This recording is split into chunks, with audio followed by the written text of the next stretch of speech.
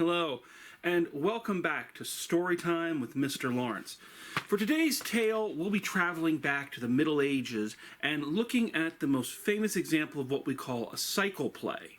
Cycle plays were among the most popular forms of entertainment back during the Middle Ages. What they were short plays presented by the entire town. They would take the stories from the Bible and break them up into various little chunks, and each trades union would produce one. For instance, the Carpenters Union would produce the tale about Noah's Ark, the Bakers Union would perform the tale of the Last Supper, and so on and so on and so on. Cycle plays were shorter comedies, and they were filled with what we call anachronisms. That is, when people and events are taken outside of their historical context. So keep an eye out for that as we go through today's story. So, without further ado, let's dive in and look at The Second Shepherd's Play by Anonymous. Lord, what these winters are cold.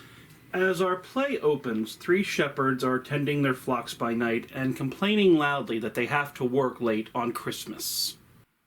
Keep that in mind. We're going to come back to that in a second. As the three shepherds complain about having to work late on Christmas, a thief by the name of Mac sneaks up and steals one of their sheep in the night and races back to his home. Mac returns with the stolen sheep to his hut and shows it to his wife. But before they can decide what to do with the stolen sheep, the shepherds come pounding at the door, looking for their stolen property. Quickly, Mac has the brilliant idea, disguise the sheep as a baby, and the shepherds won't know it's there. The shepherds come in, hilarity, shenanigans, and hijinks all ensue as Mac and his wife try to pass the missing sheep off as their child.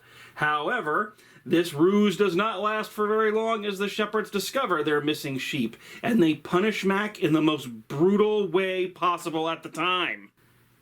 They get a blanket, pull it taut, and toss him up and down in it. That'll teach him. I'm sorry.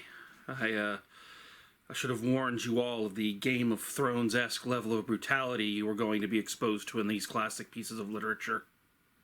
After giving Mac his comeuppance, an angel appears and tells the shepherds of the birth of Christ.